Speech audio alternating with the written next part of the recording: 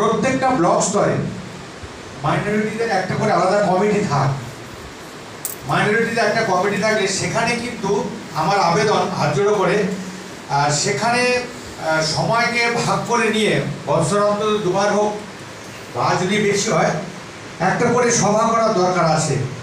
এবার সম্প্রীতির ক্ষেত্রে যেমন আমি আপনাদেরকে বলছি, বিগত একটা মিটিং এখানে আমরা এসেছিলাম, সেখানে আমরা প্রস্তাব দিয়েছিলাম, আমি যে এলাকায় বাস করি সেখানে বড়দিনের একটা মেলা হয়, যেটা কিনা কি বলবো সারা দক্ষিণ 24 পরগনা সেখানে ভেঙে পড়ে এবং মেলার বয়স কমপক্ষে 140 থেকে 45 বছর।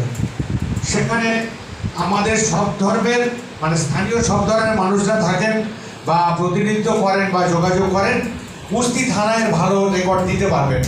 তো সেখানে আমরা আবেদন রেখেছিলাম যে এই ধরনের যে মেলাগুলো হয়, যেগুলো সর্বজনীন মেলা বলে আমরা ঘোষণা করে থাকি বা প্রকৃত সর্বজনীন মেলা, এবার এখানে তুলনা করছি না, কিন্তু গত মিটিংয়ে আমরা বলেছিলাম যে পূজার সময় বিভিন্ন প্যান্ডেলগুলোকে বা বিভিন্ন ক্লাবগুলোকে এই পূজাগুলোকে বহুত অনুদান দেওয়া হয়।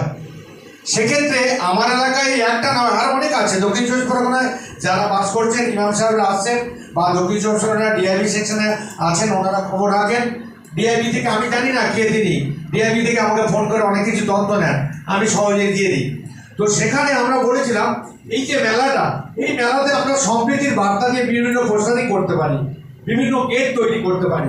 তো সেক্ষেত্রে একটা অনুদানের জন্য আমরা কিন্তু আবেদন রেখেছিলাম।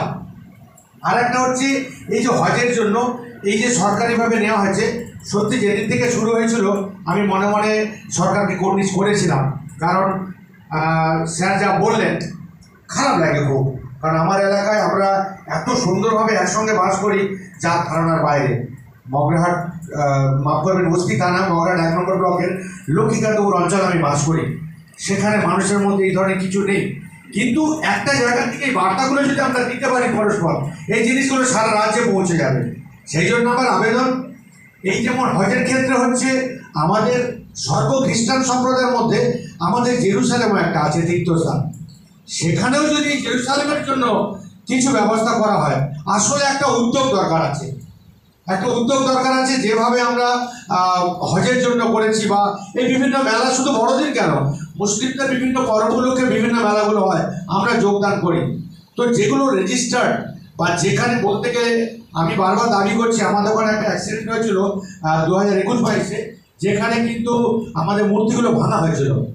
সেখানে প্রশাসনকে আমি এতই কর্নিশ করব যে উস্তি থানা বা উস্তি ব্লক, মন্দিরবাজার, মগরাহাট, জয়নগর একসঙ্গে প্রশাসনের বহু স্তরের নেতৃবৃন্দ পৌঁছে গিয়েছিলেন, রাজনৈতিক নেতৃবৃন্দ ছাড়া। কিন্তু ডিএসপি থেকে শুরু করে সিআই থেকে শুরু করে সবাই পৌঁছেছিলেন, সেটা আমাদের কাছে একটা বড় প্রাপ্তি।